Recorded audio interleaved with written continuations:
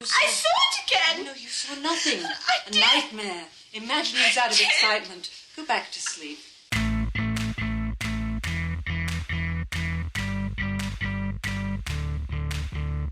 Wizard it open.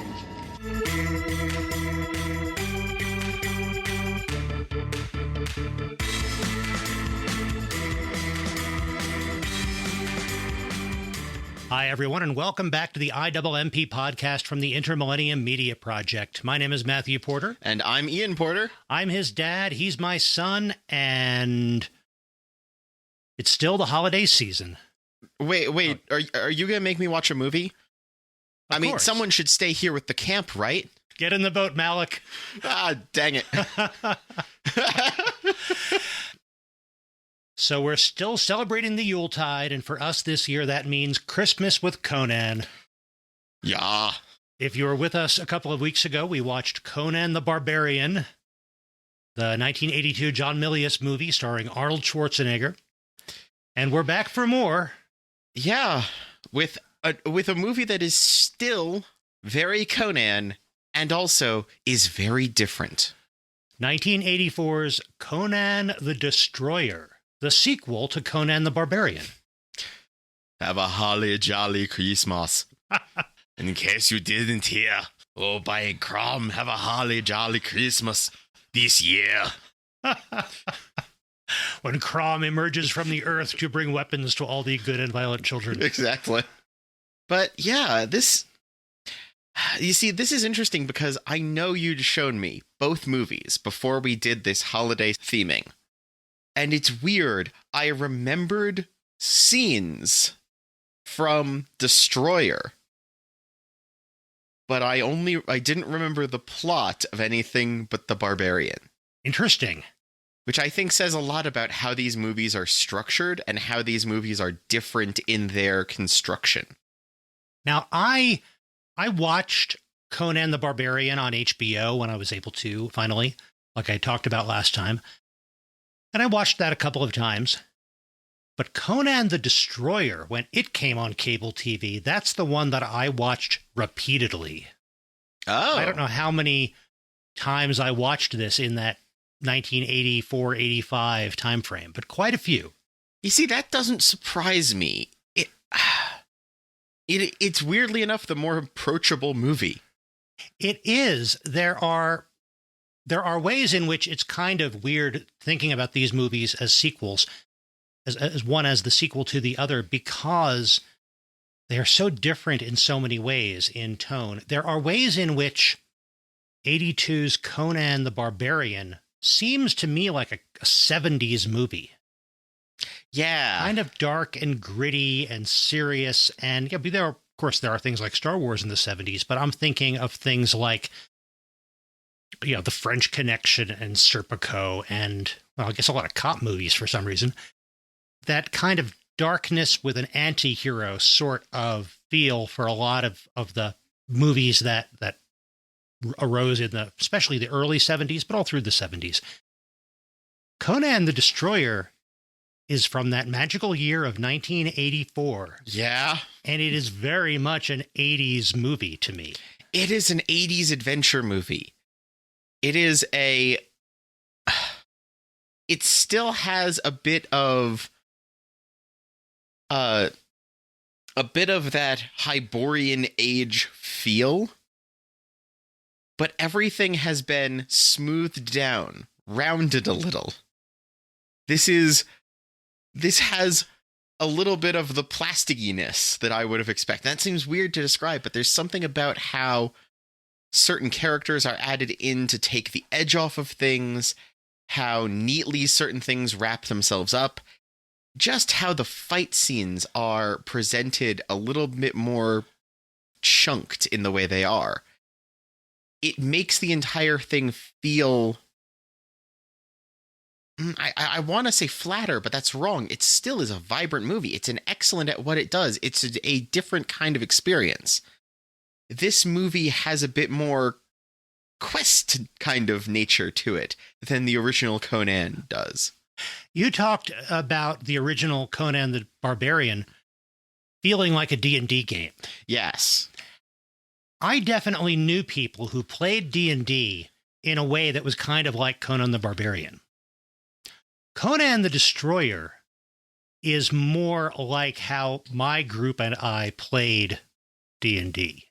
Yeah, that makes sense. Lighter, more episodic, more jokes, still plenty of fights and adventure and weird quests, but more lighthearted overall. And this movie is definitely more lighthearted overall.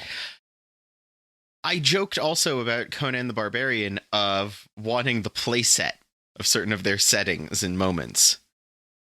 And there's something very much the first movie begets the playsets, and then the playsets are used to play out the little story of Conan the Destroyer. There's a little bit of a walk your He-Man action figure to the magical castle playset complete with lake. Yeah, there's something ironic about the idea of a Thulsa Doom Mountain of Power playset. Yeah. But I could absolutely see a Castle of Toth Ammon playset with the magic mirror room and all these things. With the mirror room and everything. Now, I think to recognize the differences in these movies, we have to pay attention to the fact that this was not directed by John Milius. No. There weren't too many people kept from the original movie to this sequel. John Milius was not available. Of course, we've got Arnold Schwarzenegger. We've got Mako reprising his role as the wizard, although he actually gets a name in this one, Akiro. Yes. And the composer, of all people, is the same. What? Wait a minute. Wait a minute. Such different scores. Absolutely. The score for Conan the Barbarian was powerful, was interesting. It worked for that movie. There was nothing hummable about that score. No, but this one gets in your head. I can't begin to tell you how much I hummed the score for Conan the Destroyer to myself while riding my bicycle, raking leaves, doing whatever. It's just such a cool main theme.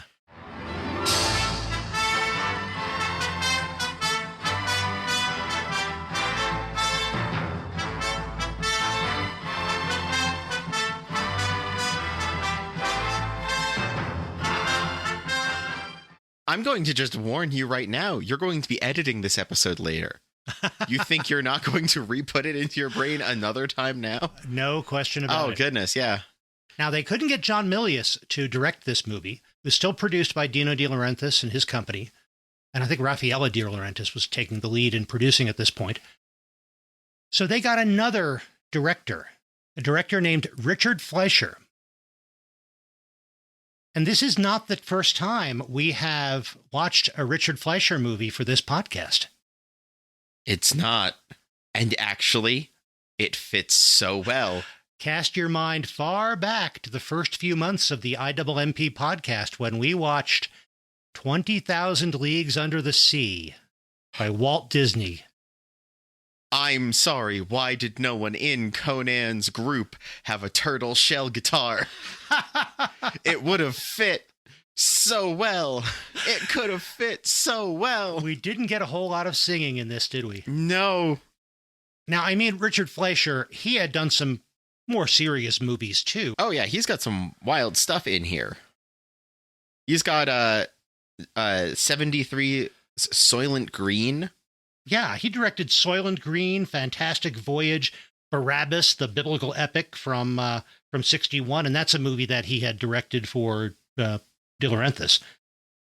But he had also directed Mr. Majestic. He had, well, that's kind of an intense movie, too. He had directed... He did the 96 biopic of Che Guevara? Yeah, you know, there's a lot of...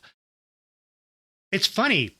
Now that I look more carefully at his filmography, I could see somebody saying, well, we need somebody who can do a gritty action movie, kind of the way Milius did, but Milius isn't available. It's got the guy who did Mr. Majestic and the guy who did Soylent Green and all these other movies.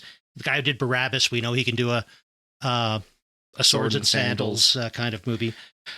But it seems to me, once Fleischer got the reins of this, he didn't look to those movies. He went all the way back to the 1950s and the way he handled 20,000 Leagues. Oh, yeah. This is a lighthearted adventure story. I'm just imagining this is a man who, based on his career, is able to say, oh, yeah, I thought I'd take a break, do something light, Conan the Barbarian. And that fits, and it's brilliant. And I say lighthearted because that's kind of the tone that both movies can achieve, and almost the baseline of both movies. 20,000 Leagues Under the Sea dealt with some pretty intense topics and some pretty intense and grim characterizations as well. Mm-hmm. There was nothing happy about James Mason's Captain Nemo. And in the same way, Conan the Destroyer deals with some pretty intense stuff, and there are elements of horror in this movie. But it's got this baseline of lighthearted adventure. We want to dive in deep to this. Let's go. There's some wildly interesting comparisons you can make between the depictions of Nemo and Conan. Both are men unparalleled in a specific subset who spend their time exploring and committing acts that look to the outside as wildly destructive and violent, but they do so with a knowledge and understanding and a worldliness that most do not credit them. And we are seeing a snapshot where certain intersections create a short adventure, but we know most of their stories will continue from well before and well after the bit that they pop up for this time. And each of them lost the one thing that they loved. Yeah. And that defines their relationship to society. The main difference is that Conan is content to live on the edges of society, paying attention to his own code, but not necessarily society's rules and laws. And Nemo takes a more active role trying to destroy the civilization that led to the destruction of what he loved. But you're right, they've got similar backstories and they've got similarly understandable reactions to that. Yeah, looking at it, it's like, oh, wait, I know this kind of character, and I've got an adventure story with them as one of the characters that this pivots around. Absolutely, let's go for it.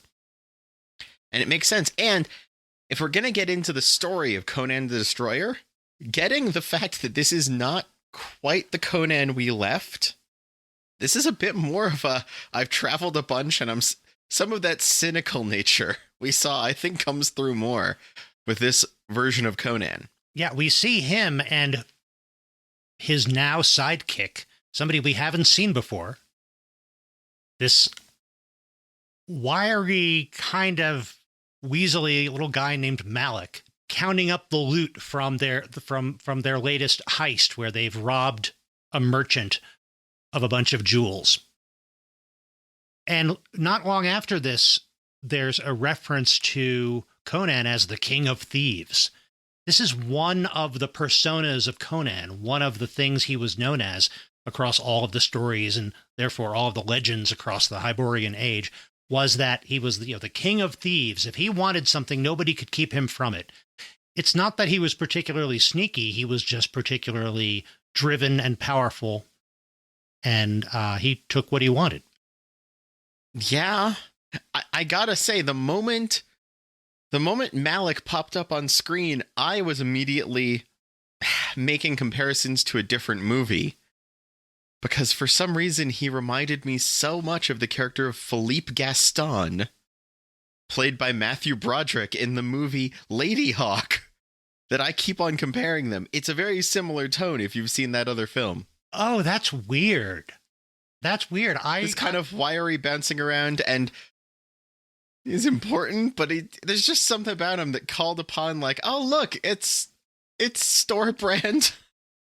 It's store brand Matthew Broderick from Lady Hawk. Wow, I understand the connection you're drawing. I never drew it myself, just because, Gaston he at least was somewhat self-directed. Oh, yeah. For much of the movie, he had to make decisions that drove things forward. And I can't see that happening with Malik. If Conan is off screen or out of commission for a while, I don't see the story advancing very well. No, yeah, that's why I'm calling him the off-brand version. But the comparison came so forcefully. That is interesting because, yeah, he is the wily thief companion to the strong fighter type. Exactly. That works. But Tracy Walter, who plays Malik, is just such a ubiquitous character actor, and he's just so fun to watch. He's one of these person who's never playing the leading role, but when he's on screen, you can't not pay attention to him, whether it's in this or Repo Man. He's a quintessential that guy in some ways. Yes. I'm seeing his listing and saying, like, did we watch the episode of Moonlighting he showed up in? Did I recognize him from WKRP in Cincinnati? It's like, you've shown me and I've seen and searched out enough other shows. And I'm like, I have seen this guy. I have heard him enough times that all I'm doing is pointing at the TV and going, it's him, that guy from Police. He did Thing. He's done so much television and so many movies. He's just so much fun to watch, and he's almost always playing the same kind of character. Yes. The kind of grimy, weaselly, self-serving, but overly proud of himself and trying to make excuses that he thinks other people are going to buy. It's such a fun part. I can definitely see screenwriters writing the Tracy Walter part in this movie because it's always the same character, and yet I never tire of it. Yeah, he's so good at it. And it's interesting because he acts kind of as an audience surrogate character for us in this movie. We immediately are being introduced to Conan, who definitely has more adventure under his belt. The first movie was his first major adventure, from going from the Wheel of Pain to dealing with it. And now he wanders around. He's got a little Wheel of Pain necklace charm, which is a nice little representation and such. Nice I like bit the of fact that costuming. they kept that. I think that was like Redbeard's sigil, wasn't it? Or I think maybe it came from. I think it was a little sigil he had during the fights because it was showing where he came from. Right. It's like, he's from the Wheel. That's where he was trained. Exactly. But it's like he's still got that, so there's that there. But this Conan is just like, well, I think they're here to kill us. Why? Because we took their stuff. We didn't take all of it. We took enough of it. There's just this little bit of like, I've done this song and dance before, and it's useful to have Malik there as a not fighter, both to be able to give us a better contrast between how much of definitely a fighter Conan is. We don't have the benefit of training montage anymore. We need to establish him. And so we get comparison, and you get someone who is always looking for a way out and always kind of head on a swivel in that way, which means you've got someone who can comment on where you are and what you're doing so that all of your audience stays in line with it and anyone can answer what the thing is. It's like, do we have to go to the spooky castle? Well, yes, the spooky castle of Andorok is where the rock is. We have got to go there and get the rock. And it becomes a way to tell the audience something because they're telling Malik to deal with it. We've got to do thing. And that's an effective bit of writing, but it does add to the little snippets kind of moments that break this up and make it a little bit more D&D session-y in the way you're describing. Yeah, the way this plot is constructed, you can kind of see where the D&D group broke for the night and where they picked up the next episode next time they got together on a Friday night. And it all comes together in one long story, but it's also made up of these little self-contained adventures within it.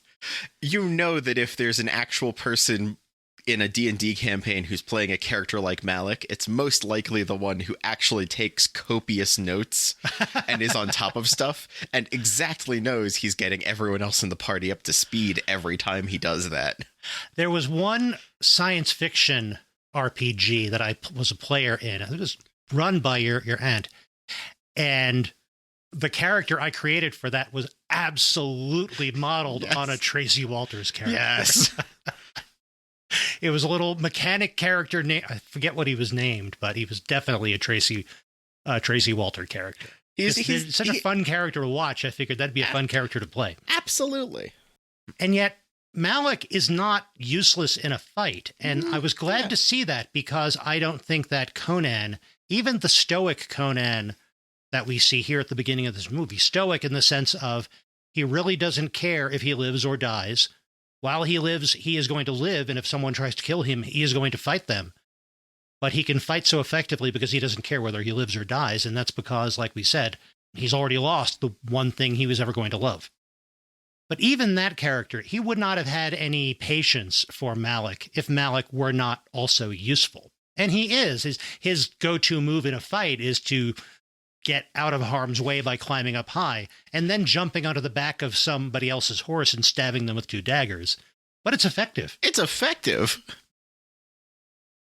And we do see him have to use this move, and we get to see how Conan is fighting these days, because while they're sitting in this kind of clearing surrounded by rocks. Save point. Yeah. A whole bunch of riders come up and try to capture Conan. They don't seem to be trying to kill him. They're mostly using nets. But it's a very different episode of Deadliest Catch than I expected. I don't know what kind of bait they were using, but it was not working. No. They might not have been trying to kill Conan, but Conan was not holding back in trying to kill them. And not many of them survived. Mm-hmm. But then in comes the person who sent Net Person, if I remember correctly. Yes, the Queen, who was trying to capture Conan, but also I think this was an audition because she wants Conan to do something for her, to go on a quest for her. Conan's legend as an adventurer and warrior and thief had grown so that she had heard of him. And this is Queen Taramis, played by Sarah Douglas. And she wants Conan to accompany her niece on this quest for which her niece had been prepared all her life, because she had to. And this is where you're setting up the D&D campaign. Oh, absolutely. She had to go to some magical place to get a key, because then she had to take the key to another place to get the magic jeweled horn. And then they had to take the magic jeweled horn back here to be part of some big ceremony. And she needed a thief and a bodyguard to help with this. It's kind of the Bilbo Baggins recruiting method. They needed a burglar. Yeah, very much so. I wonder if Conan brought pocket handkerchiefs. I think that in some scenes, that's all he's wearing is a pocket handkerchief. It is. I'm just imagining the idea of Conan the Barbarian putting on the one ring. Sauron's giant eye pivots over and then flinches. And Conan is not interested in working for any queen or anybody else. He works for himself. But the queen is able to promise him something. Yeah. She promises to resurrect Valeria. And yet, she never says, I'm going to bring back your dead, lost love, Valeria. She doesn't, actually. You're right. It's this great little scene where it's ambiguous. Is she using magic? Is she just using some kind of hypnotism? Because she essentially says, yeah, I can bring back I can give you what you most desire. What you most desire is what I can give you. Look there on that ancient stone altar in front of you and see what you most desire. See what I can give you. And he imagines Valeria as she looked on her funeral pyre. And he says, well, no one can bring back... It's how she looked on her funeral pyre, decked out in the armor she appeared when she saved him. You're right, in her like Valkyrie armor. Yeah, so it's like the idealized version of Valeria. And it's kind of a little bit of a cold reading she's giving. He starts to saying, well, no one can give you that. No one can bring back the dead. And then she starts saying, are you sure? If you do this for me, I can do this for you. Mm-hmm. So, and you saw it. So it's kind of cool. It is an ambiguous, is she just really good at manipulating people, letting them tell her what they want so that she can promise it? But either way, it's enough to convince Conan. So he agrees to go on this quest. So it's him and Malik and the niece, the young princess that they are bodyguarding and escorting. It's Olivia Dabo as Princess Jenna. And also Wilt Chamberlain as Bombata. Yeah. NBA basketball player Wilton Norman Chamberlain putting in work with some brilliant acting. Honestly, there's scenes that pivot on him because he has to play like right-hand man of well, let's be honest, the bad guy.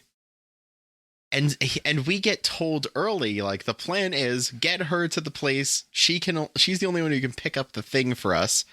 And when she gets back here, she's the sacrifice. And the moment that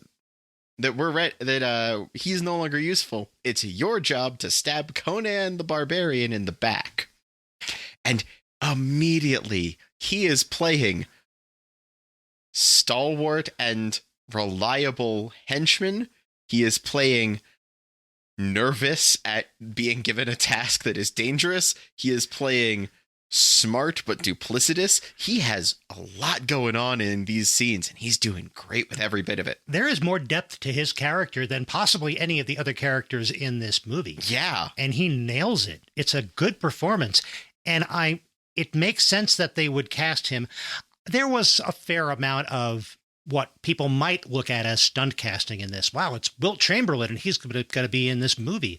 And there are some of the other bits of casting that you could see in the same way. But in addition to his good performance, you needed someone physically big in that role. Because there are scenes later on in which you need somebody who can credibly fight with Conan and make it seem like a contest. Yeah. And Bombata, Wilt Chamberlain, he's taller. He's still strong. He's a very different kind of athleticism than Schwarzenegger's bodybuilding athleticism. But the differences in stature, the size of Wilt Chamberlain, combined with some good direction and fight choreography, it was believable. It was. In a way that, A, it wouldn't have been believable with most character actors. And B, if it had just been another bodybuilder type that they cast, it would have been boring. It would have been two muscle-bound guys going after each other, as opposed to this fight between these two very different kinds of warriors of almost equal strength. Exactly. He's playing a foil to the main character, the title character, and that requires a level of just multiple types of skill that he is giving. So that's the party that they leave on this quest for. And they're following the lead of the princess, Jenna, because she has this mystical knowledge of where they're supposed to go. But Conan insists on a detour or two. Yeah. Which Jenna kind of whines about, and you're supposed to follow me. But he explains, no, we have to go this way first because where we are going, there's going to be magic, and we need to fight it with magic. And that means they go to find the wizard. Yay! Mako is back. Mako is back. And we learn from a great exclamation by our stand-in / ready exposition character, Malik. Oh, it's Akiro. That's where we're going. Like, so Mako's character has a name now. He has a name. And a reputation. He's not just some random wizard. He's a guy who's known. Almost like after the first adventure, there's been more adventures, and Conan's called on him other times as well. It adds to the world, the Hyborian age, having a depth in Conan the Destroyer that it doesn't have in Conan the Barbarian. There's implications of the Hyborian age being something that is still going on and forming itself as it is. There's a lot of ancient things are the things of the past in the previous movie. This one is like, oh no, this guy has a current rep going on now. And I like that continuity because, like I mentioned in our last podcast, the Conan the Barbarian, there was a lot of implied size to the world. We heard about kingdoms and kings and places and peoples that we never get to see. And here we're getting to see more than we had before. They're exploring some of this bigger world, which is still bigger than we're getting to see here. So I like that. Oh, yeah. And I definitely get the impression that, Mako and Malik had met before. Mako spends most of his time at home, which is now in the forest and not on the beach. Well, I'm imagining Mako's just like, picks up all his stuff, puts it on a little wheeled cart, moves it to someplace vaguely nearby where Conan's going to be for a while. And there's this little set piece of they happen to come to Mako's place. They have to come to Akiro's place, that is, when Akiro is being about to be roasted by some jungle savages who want to eat him in order to get his magic. Yeah, which is... Yeah, it's, I mean... And it's been a while since combat, and the DM threw some minis on the table. Yeah. So it's not terribly interesting. It's got a couple of jokes in there. But it definitely sets the fact that there'll be jokier, lighter scenes. Yeah.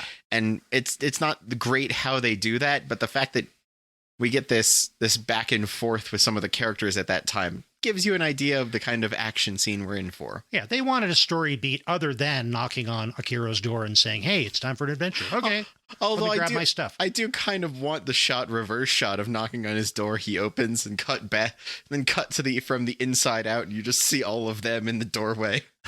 That would have been brilliant. That sounds like a Scooby-Doo kind of a scene. It does. And then there's one more member of the party who has to be added.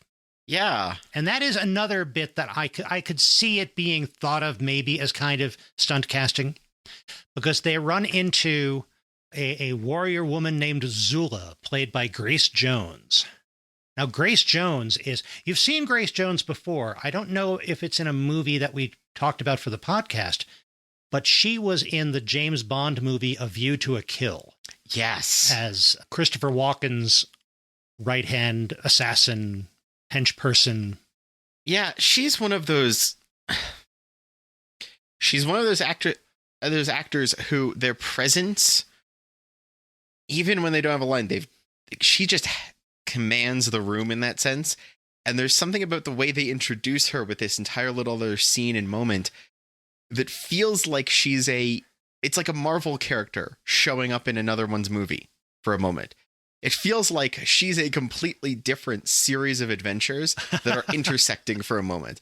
And there are fans who have come here because they've been following the Zula film series, and there's fans from the Conan film series, and they both happen to team up in this one. Yes, or I could absolutely see the Zula spin-off comic series.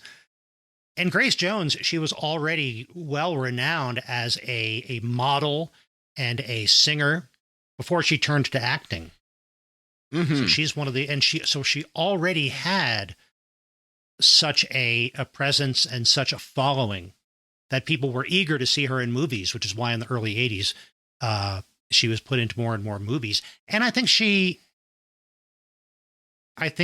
handled those movies very well. I think she played a terrific role in those movies, partly because directors and casting directors were smart about what they cast her as, be it the role in the James Bond movie or Zula, because I wouldn't say she's necessarily an actor with tremendous range, but she's really, really good within the range she's got. And all of that played upon the image that she had from her music and her modeling. I mean, she's incredibly tall, incredibly thin and fit. And it's like, "You're here. I can't stop looking at you. You terrify me. Please don't go away." Yes. It's like, "I'm glad you're on my side." And she plays, when we first meet Zula, she has been chained to a stake and is being kind of toyed with by a whole crowd of villagers. And apparently she was one of a bunch of bandits who came in to raid, and she's the only one left, and they're having some fun before they execute her. And Conan helps make it a fair fight by cutting the rope that she's tied up with. And then it's, her against a whole village. Odds are all the bets are on her. Yeah. There's one joke in this sequence, this little scene, that I don't like. Mm-hmm. I can understand why they made it. It's not an unfunny joke, but it's when Jenna, who sees what's happening, goes to Conan, and she wants Conan to do something about this woman who's tied up, and it's like 6 against 1 fighting against her. And Jenna says to Conan, "Do something. It's not fair. It's 6 against 1. And they have this little beat for Schwarzenegger as he tries to start counting 1, 2, 3. Yeah, you might be right. No. With the suggestion that he can't count up to 6. I know. He's the muscle head. He doesn't even know numbers. There's some Flanderization. Yes. of Conan the Barbarian. And this is something that, yeah, we've got to acknowledge. It's sad. We have lost the philosopher fighter, and he's brought down to a lower level sometimes. Yeah, he's in here. He is clever, but uneducated.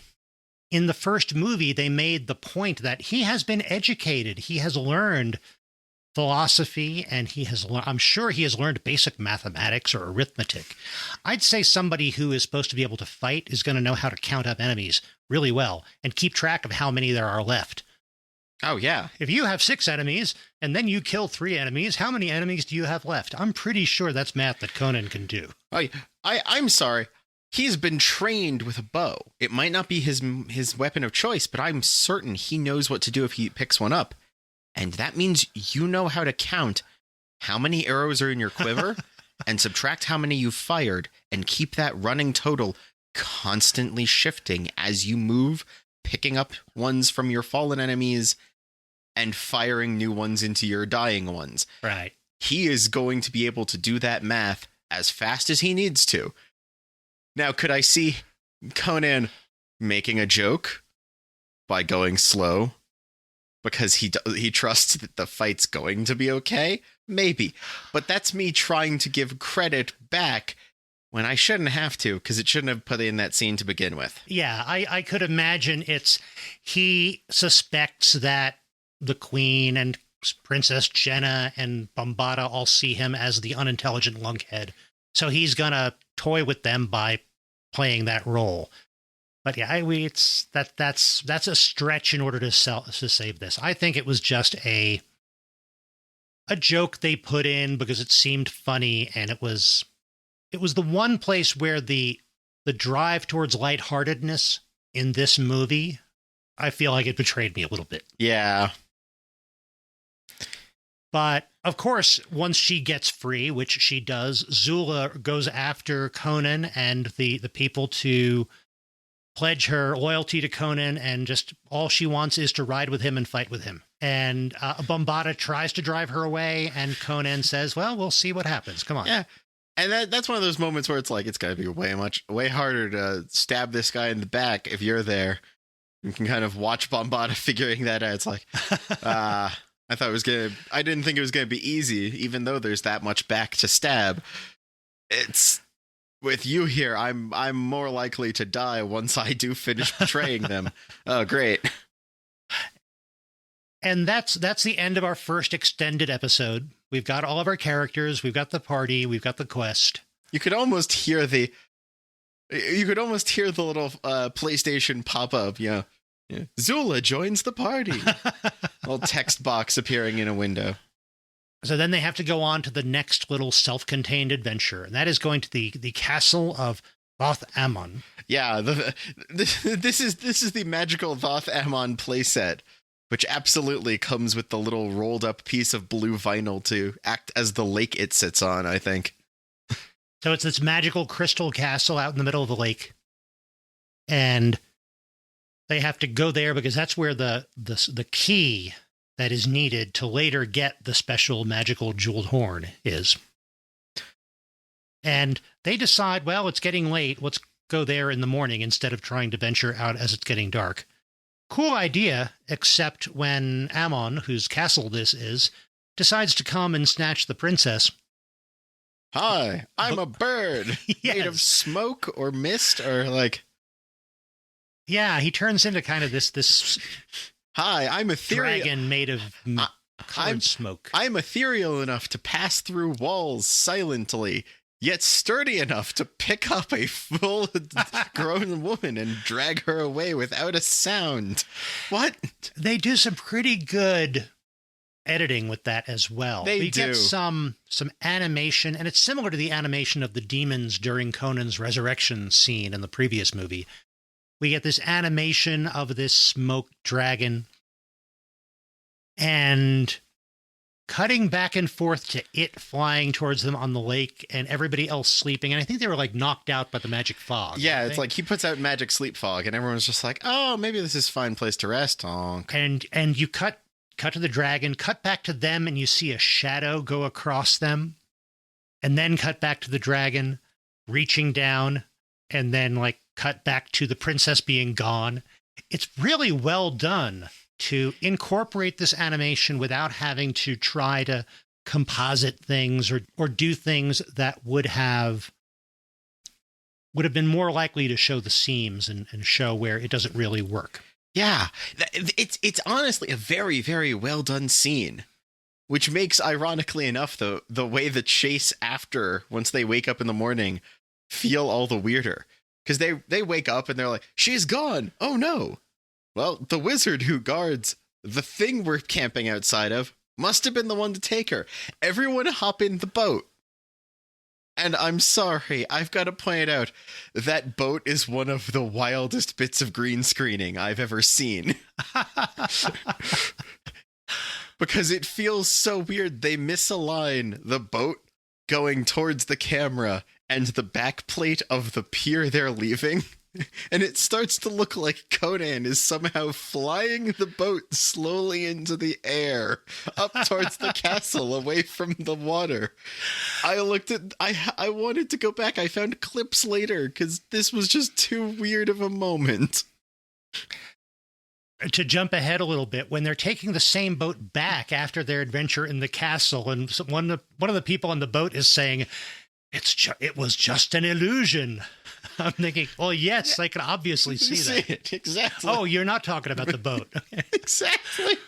But they trust this boat that they found on the shore across from the evil guy's magic castle in the lake, get into it and go to the evil guy's magic castle in the lake. Yeah. Eventually find their way inside. And meanwhile, he's kidnapped the princess because he knows that she's the only one who can get the jewel that is needed for the next step. And he wants that step instead, I believe. Right. So, they make their way inside and they find the chamber where the jewel is. And it's this round room surrounded by mirrors. And that's a pretty cool magic monster fighting set piece that leads to. It is. It is a scene that I cannot tell if it is classic because other movies and other shows have made reference to this, or if this is making reference to the same things those are. Well, there's plenty of like mirror maze sort of scenes, like right. Enter the Dragon and plenty of others. But this one is the fight in there. In comes the monster that is invulnerable. Nothing, like all of Conan's attacks are doing nothing. Yeah, it can hurt Conan, but when Conan tries to hit it or hit it with his sword, the sword just passes right through, as if it's an illusion. How do you fight something like that? And they figure out to break all the mirrors. And every time a mirror is broken, that's another wound on the monster. Hi, the monster is the room. It's just a clever moment. I love that. It's also another moment that feels very, Dungeons and Dragons tabletop-y. But we wind up having the rest of the group outside looking into this mirror chamber through, like I said, one-way mirror. One-way mirror. And cheering Conan on, and you kind of get wrapped up with them, cheering as part of the group for him to, solve the puzzle and defeat the monster. And I was amazed at how well it sucked you in, even though I'd been thinking, oh, look how cheesy this one is compared to the other. This got me, and I was very impressed with that scene. And eventually when the monster is destroyed and it collapses under its big red cloak, while Conan is dealing with killing the wizard, not his wizard, the wizard who owns the castle, and getting the princess back, the others are checking out the cloak, and underneath this cloak is a pile of shattered mirror shards where the monster was. Yeah. It's such a cool little touch. I love it. Excellent little scenes and excellent environmental design. I gotta say, the Conan the Barbarian had a lot of open blank fields, a couple of close filmed town sets, a few throne room things, but it didn't have as much set design as this movie does. This movie has much more set and environment design. It is a little bit more built. It is a bit more of a constructed place. Yes. And I can think of reasons for that in the the first movie, it was Conan's origin story, and it was trying to portray the bleak world which gave rise to Conan and who he is. And in this, we're seeing the more complex world in which Conan then operates. It's also just, it's more interesting to look at this movie than something that's always nothing but desert. And it definitely gives a bit more of a feeling like Conan has wandered from his wide open Eurasian steppe area westward towards a bit more of the hills and valleys and misty moors, a bit more of the farther European kind of swords and sorcery enviorment. I guess, he's gone east, he's gone west, maybe a little south. Yeah. There's still some sword and sandal, but this is at that line where the sword and sandal meets the knights in armor boundaries. And that gives you a little bit of idea of the environment and the style and how that changes the feel so much. Yeah, there are some shots in this that would not have been jarring were they put into Excalibur. Or Krull. Or Krull, yeah.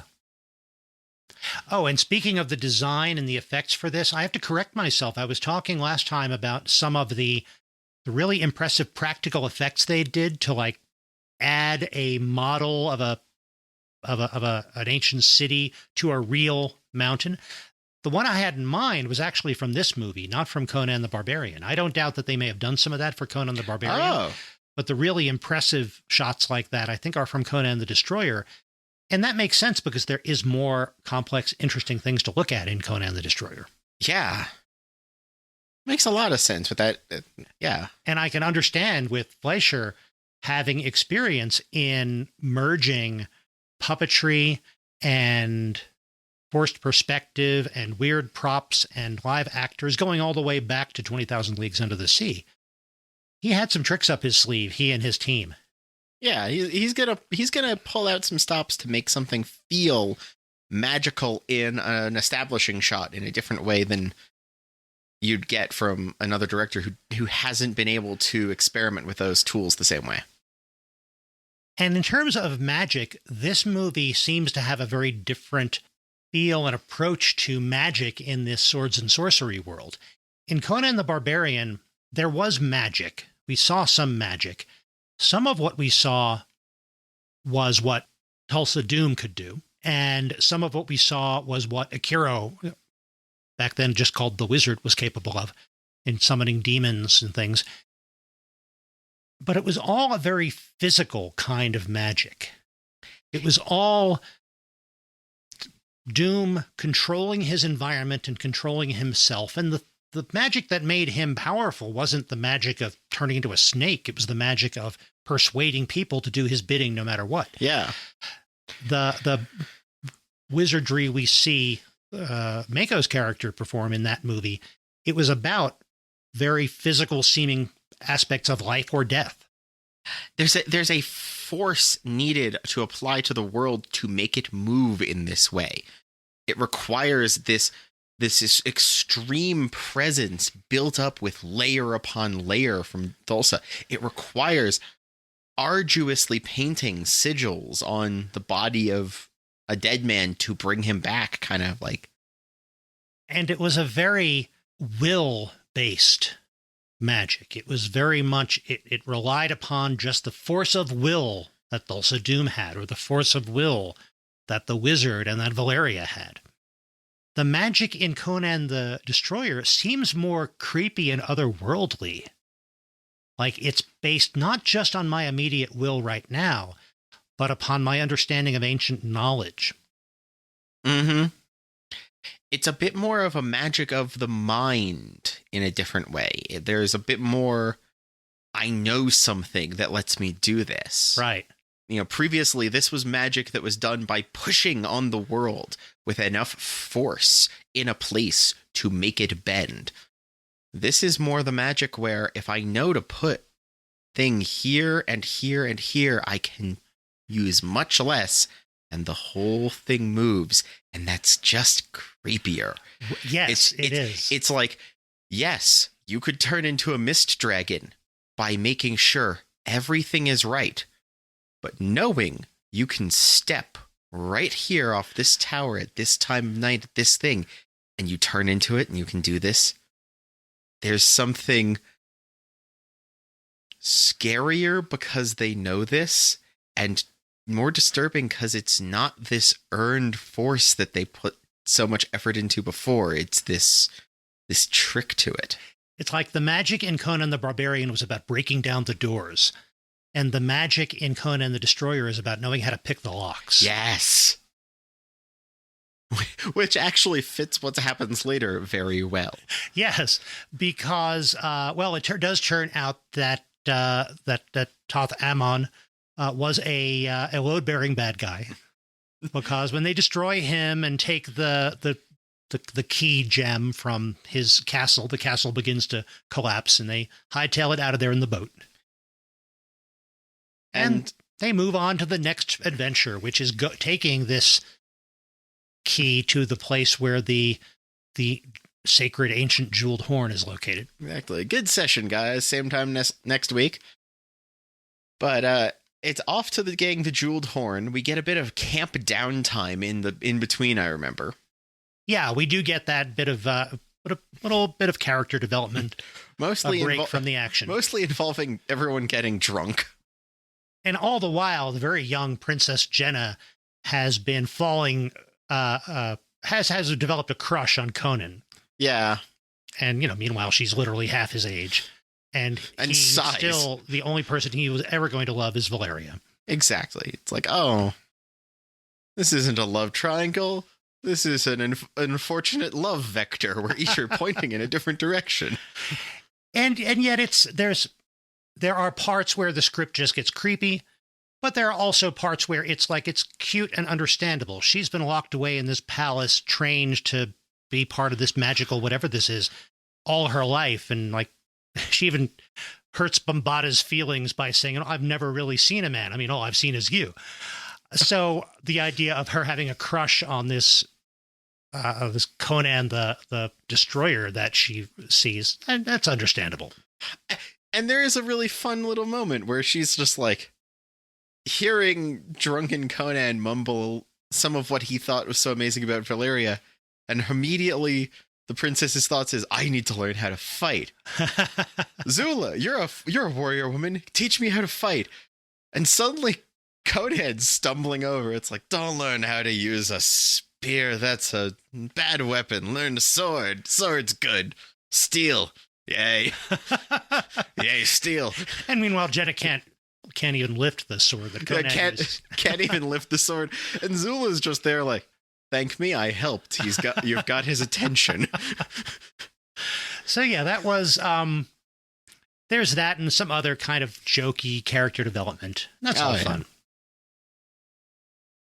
And then they make it to the next adventure, which is the temple where they have to use the key in order to open a special chamber where this horn of the god Dagoth has to be retrieved.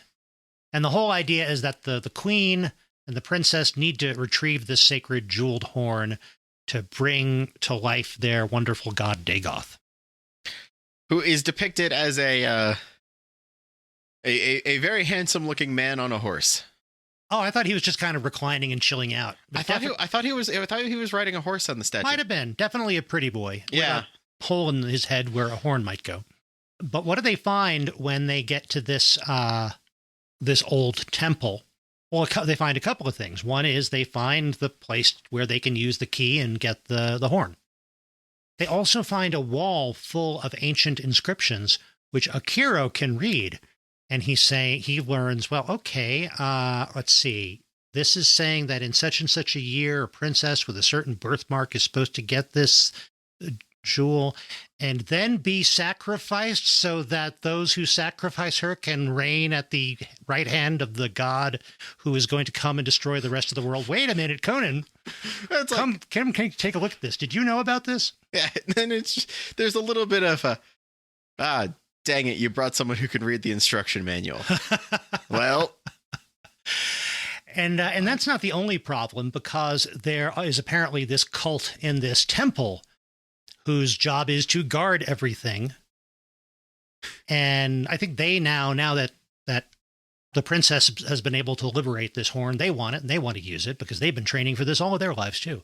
Exactly. And that just leads to all kinds of running sword fights throughout this temple. We learn in this moment that there's a lot of jobs in the local area completely supported by the Dagoth economy. It's like everyone has been training for this for all of their lives in multiple different groups with multiple different parts. It's like the moment you remove the Dagoth from this place, it's not going to do as well. And there are a few neat bits there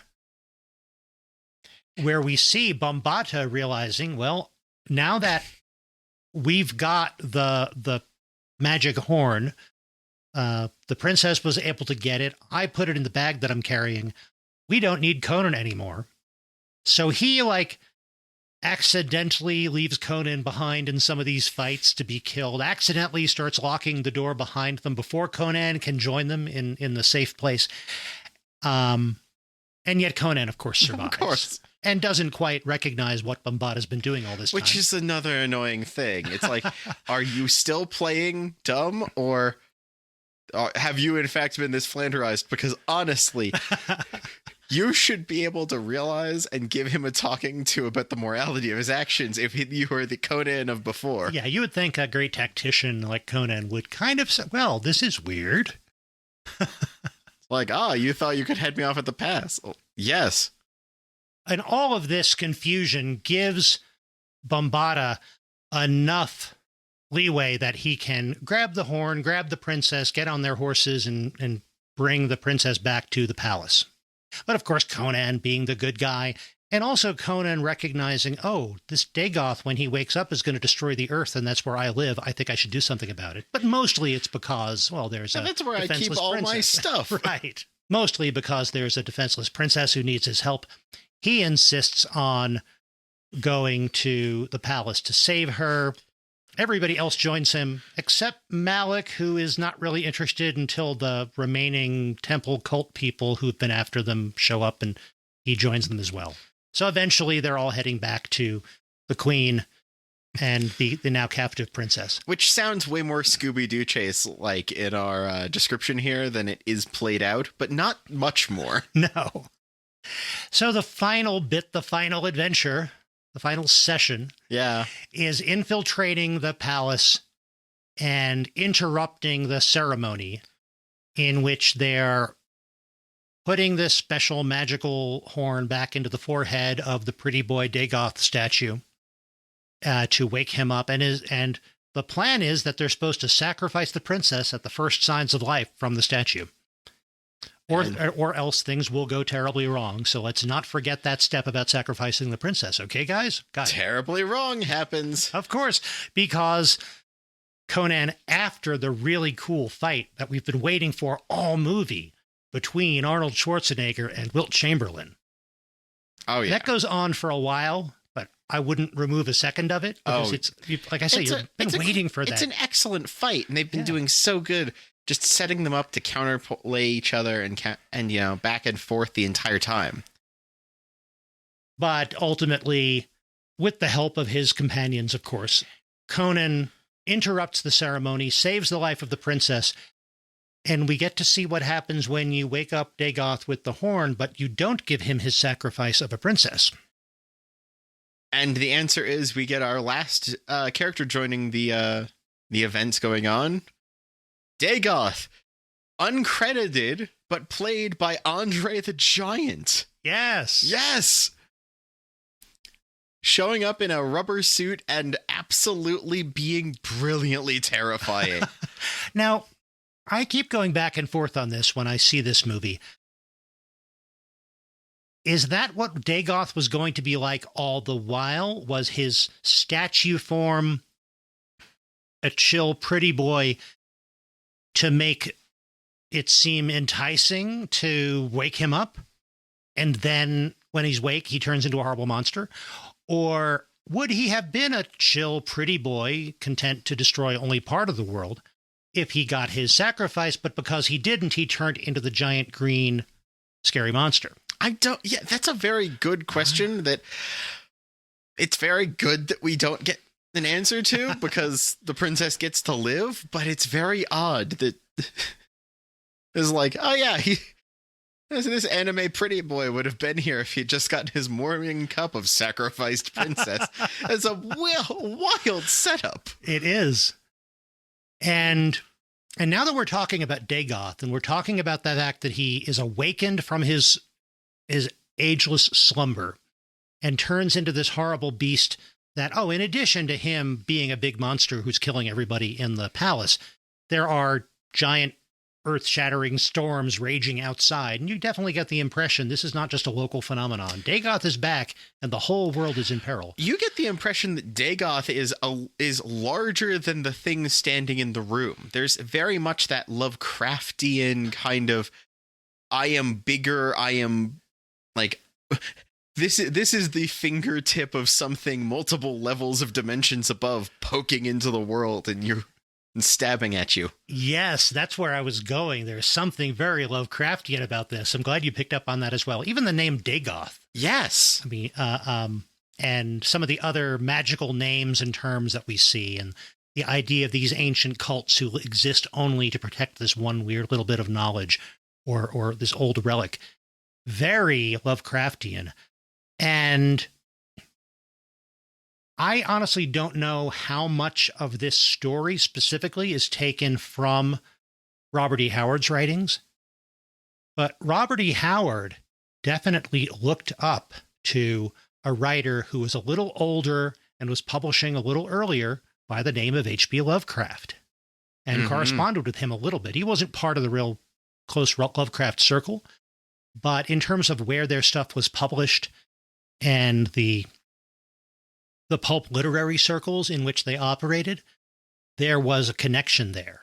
So there is sometimes that hint of otherworldly cosmic horror in Conan stuff, and it's fascinating to see that come out in this movie. Because again, it puts more at stake than one person's will and destiny, which is kind of what we see in the first movie. Yeah, this is... In the first movie, you get the very clear impression that if Conan hadn't defeated Thulsa Doom, there would have been larger consequences for the region. But that was a little bit more of a political struggle and a vengeance plot. There is straight up world ending. There is a standard amount of character to threat power scaling happening from one movie to the next in that sense. Yeah, if Thulsa Doom had won, then it would have been Warlord takes over the known world. And yeah, that is bad. We'll go on the record in saying Warlord takes over the known world is bad. Ancient horrible monster destroys the world and everything in it. Probably worse. Certainly different and interesting in different ways. Which does imply that there's an entire other alternate side story here about what would happen if Thulsa Doom had decided to get his sword early on from somewhere completely different. And you wind up with Thulsa Doom and his army of cultists facing down the fact that there is a plague of Dagoth sweeping in from the other side and threatening his kingdom. Okay, There's a bit of a completely other story here. So we need a new board game series, Unmatched XL. Yes! Where potentially world-ending villains get to fight against one another. I like that. I like that a lot, actually. But ultimately, the bad guys who deserve it get their fate. The princess is saved, and we get the medal ceremony scene. Everybody gets something, including the Wookiee. We do, but it's an interesting moment because the day is saved, the Dagoth is slain, and the princess now becomes the queen because Queen got smushed by the Dagoth. But she pulls every other person in the party in to be members of her court of some form. Right. She asks Zula to be the captain of her guard. She asks Malik to be her fool, because every court needs a fool. And he's just like, I guess it pays. Asks Akiro to be her advisor and wise counselor. And that one's important, because we know by the fact that he is the chronicler of the other stories that he chronicles Conan getting a kingdom by his own hand. But now he's working for this other kingdom as an advisor, which Well- simultaneously means that sometime within both of their overlapping lifetimes, Conan will have a kingdom and he will be there to chronicle it. Does that mean Conan's going to go off, start a kingdom, and that kingdom's eventually going to invade and take over this kingdom as part of it? Or what? Or does he just leave this job and go to that job? I would hope that when Conan gets his kingdom, and we spoiler from the end of the first movie, that Conan was destined to, actually no, spoiler from the beginning of the first movie, Yeah. that he's destined to wear the jeweled crown of Aquilonia upon a troubled brow. Dress for the job you want. That I'm going to do that at next month's company-wide sales team offsite. I'm going to wear the jeweled crown of Aquilonia upon a troubled brow. I'm just imagining him looking forlorn in the throne from the first movie, but it's just one box on the Zoom call and everyone else looks normal. So I would like to think that when Conan is king of Aquilonia, his kingdom and Prince and Queen Jenna's kingdom are going to be allies or at least friends. But who knows? Maybe somebody bad takes over Jenna's kingdom eventually. Mm-hmm. Or maybe that, Jenna doesn't need that much teaching after a while and Akira is free to do some freelance chronicling. But it's interesting. I like the way it's shot in that every one of these people, Akira, Malik, Zula, when they're offered this position by Queen Jenna, they turn to Conan because they've already pledged themselves to Conan. Mm-hmm. And he gives them all a nod. He gives them their freedom to take this position and this new adventure. And then Jenna, of course, has an offer for Conan too. She wants Conan to stay and rule her kingdom with her. And he, I'd say, politely declines. He says that he will have his own kingdom and his own queen. Yeah. And she's obviously disappointed, but she understands. It's like, yeah, no. And yeah, he's not going to stay in Shadizar. Shadizar, that was it. I remembered it sounded kind of Middle Eastern. Yeah, no, he's going to go off on his own. And that's where we leave it. And at least in this one, there is a little bit of an epilogue, and we get Mako as the wizard reading it, instead of just being text like at the end of Conan the Barbarian. But it is a very satisfying wrap-up. It is. We get the end of the adventures for some of these characters. We get the certainty that Conan is going on to more adventures. And I think that if Conan needed help from Akira or Zula or Malik, that Queen Jenna would allow them to go and have an adventure with Conan when the time came. You can kind of imagine a later story in which, when he's having trouble, when something's happening, suddenly in rides this group of old buddies to save the day. That is a clear and possible storyline at that point. And it gives this impression that he's been, he's doing other adventures and there's allies now all across the world.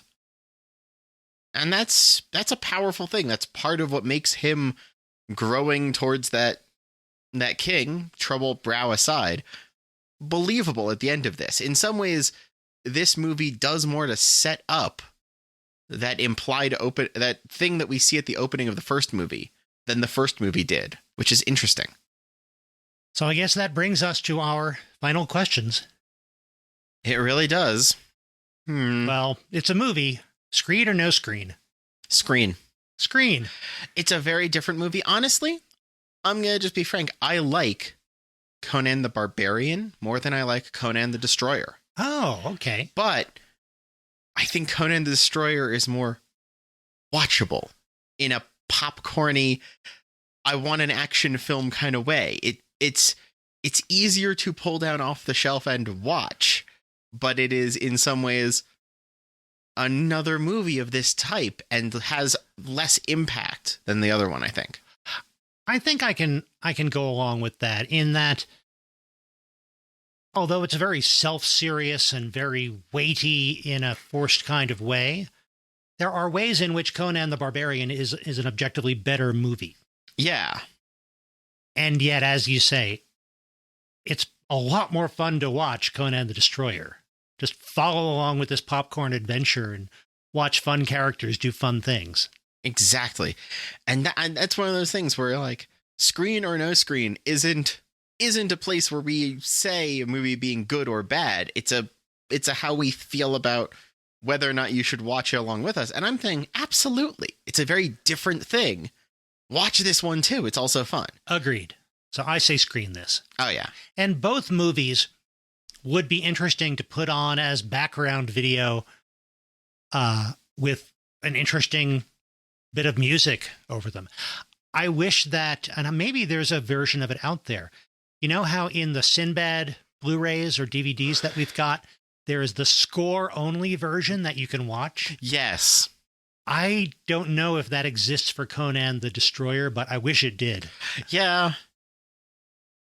Side note, there's also really weird things on our Sinbad DVDs in terms of song extras. Oh, so yes. I'm not sure we want all of those bonuses for Yeah. Conan.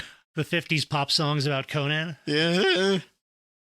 So I definitely say screen this. Ah, yeah. But And that, that leads us to our next question. you know, and if I was picking one of these to put on in the background Yeah. as visuals, I probably would pick Conan the Destroyer, partly because they toned down the violence dramatically. They It's did. still a pretty violent movie, Oh, yeah. but it's not the tons of blood John Milius movie that the first one is. And that was a very conscious decision. The first one was an R-rated, violent, serious movie. The second one was a PG, or I don't know if PG-13 existed yet. This was a PG movie, much toned down violence, more jokes. It was a more teen-friendly movie in that sense. And therefore, you're not going to put it on for visuals in the background and suddenly be hit with a geyser of blood. Instead, you're going to have a little bit of stage blood as Conan destroys a mirror monster, that kind of thing. It requires a lot more Conan the Destroyers to equal one Conan the Barbarian. I'd say at about the ratio of Conan the Barbarians it takes to create one Lady Snowblood. Yes. Although with the final battle against Dagoth, Yeah. they had a lot of hydraulics in that costume and They a lot did. of oozing and spurting of weird blood and ichor and whatnot. Yeah, that was a goopy beast. They kind of earned it by that time, though. It wasn't throughout the whole movie, having, humans with limbs being removed, etc. Yeah. But our second question, revive, reboot, or rest in peace? And once again, this is part of a larger series of other stories, so a revival would be going off of this story, and that's tempting. But not because of Conan, but because of all the other people. Because, the Zula stories they could go off and do, and these other characters. These characters are a little bit more fleshed out in multiple ways than the other characters who weren't directly related to the plot in Conan the Barbarian, which implies there could be more stories elsewhere and out there with them and not Conan. So that's very tempting. Reboot, which would be doing this story again, doesn't feel needed. It feels like there's plenty of other things, and it wouldn't have to be Conan to do something like this again. So at that point, why is it a reboot? So I'm split between revive or rest in peace, but it's completely in a, do you run with it as a side story, or do you let this be because there's plenty like it? Well, that's really interesting to hear you think maybe do a side story. Because in 1985, Yeah. there was the movie Red Sonja. Is that connected? Yes, it's another Robert E. Howard character. Oh. This warrior woman in the Hyborian age. Oh, I didn't realize that was Hyborian. Kind of a Conan spin-off. And Arnold Schwarzenegger appears in that movie, but not as Conan. So it's not a sequel to the Conan movies, but it's another Robert E. Howard Hyborian swords and sorcery adaptation. And when it was originally announced, Ralph Bakshi was supposed to direct it. Really? Oh. But that didn't work, and he was replaced by Fleischer again. So he directed Red Sonja after directing Conan the Destroyer. I hadn't realized they had that connection at all. Oh. So we did. I haven't heard a lot of good things about Red Sonja. I have never seen it, but they were trying to keep things going. I think by that time, Schwarzenegger was getting more offers to do more things, and it never kind of clicked for him to play Conan again. Yeah. So I mean, like we've said, it's kind of hard with an adaptation. A reboot is really just another adaptation. And we've got the Jason Momoa Conan movie, which we haven't seen yet, and other takes on Conan. So I could see reboots of Conan. Yeah. If we're looking at the franchise as a whole, I think it could be rebooted, but also... I am more interested in the idea of a revival. Because we know that Conan is going to have a long career. He's eventually going to be a king. And in fact, I think one of the Marvel spin-off comics was of King Conan, about Conan late in his career. It would be interesting to see Arnold Schwarzenegger come back now. Oh, yeah. To play King Conan. Just doing something in the late Hyborian age when it's possibly going to fade. Yes. You know, here's this new adventure, another swords and sandals kind of movie, but it has someone taking the request from this old king. I think that could work. I think it was Zach Stentz on Twitter. And if you're not following Zach Stentz, you're missing a lot of really cool things about movies and about storytelling in general. But someone said, if we can have a new Indiana Jones movie about the aging Indiana Jones at the end of this amazing career, and we can still have Harrison Ford playing Indiana Jones for one last adventure, why can't we have Arnold Schwarzenegger as King Conan pick up the sword one more time and play the kind of story, and a kind of story that would have a different feel for the reasons that you just described? I am all for that. That could definitely work. I like that idea. So I would like to see a revival, another sequel. I'm with you on that. Well, this was fun. It's a fun way to spend the holidays. This has been an excellently fun way to spend the holidays. It's been a very, very different kind of media to enjoy during the season of snow and sleigh bells, to instead be seeing, you know, the wide open plains and a very different kind of sleigh. I do now kind of wish that one of the magi in our nativity scene looked like Akiro. That would be cool. Whenever you're listening to this, I hope that you have had a delightful holiday season, or that you're in the midst of a delightful holiday season, and that 2023 brings you everything that you want it to. And we also hope that one of those things that you want 2023 to bring you is more episodes of the IMMP. Because they will be coming your way either way. Exactly. We're going to keep making, and we're just happy to have you there. And thank you from all of us here to all of you out there. Absolutely. Speaking of out there, Dad, where can they find you? Oh, you can find me most places as by Matthew Porter. So bymatthewporter.com, by Matthew Porter on Twitter, by Matthew Porter at mastodon.social on Mastodon, by Matthew Porter on YouTube, where you can find the Draft House Diaries. I review the movies and food and everything else about every one of my visits to the Alamo Draft House Cinema. And Ian, where can people find you? I can be found most places as Item Crafting, Twitter, YouTube. Speaking of YouTube, I'm going to hopefully soon be starting to post videos once again to there, being able to make crafts and play video games to share with you as well. I can be found as Item Crafting Live on Twitch. Yeah, most places. And I'll have links at itemcrafting.com to be able to find me most places. And you can find the podcast at immproject.com, and that's where you'll find links to our YouTube channel, You'll find links to all of our past episodes, including 20,000 Leagues Under the Sea. You'll find a link to our Patreon. Thank you very much for anybody who's sponsoring us there. You help keep the podcast going. And you'll find a link to our shop if you like coffee mugs and T-shirts and notebooks and other fun things like that. And a couple of things I'll note. For Patreon, we still have a special promotion to celebrate our recent 100th episode and 4th anniversary of the podcast. Normally, if you join at the movie club level, when you're a member of the movie club for a couple of months, you're eligible for a free DVD in the mail.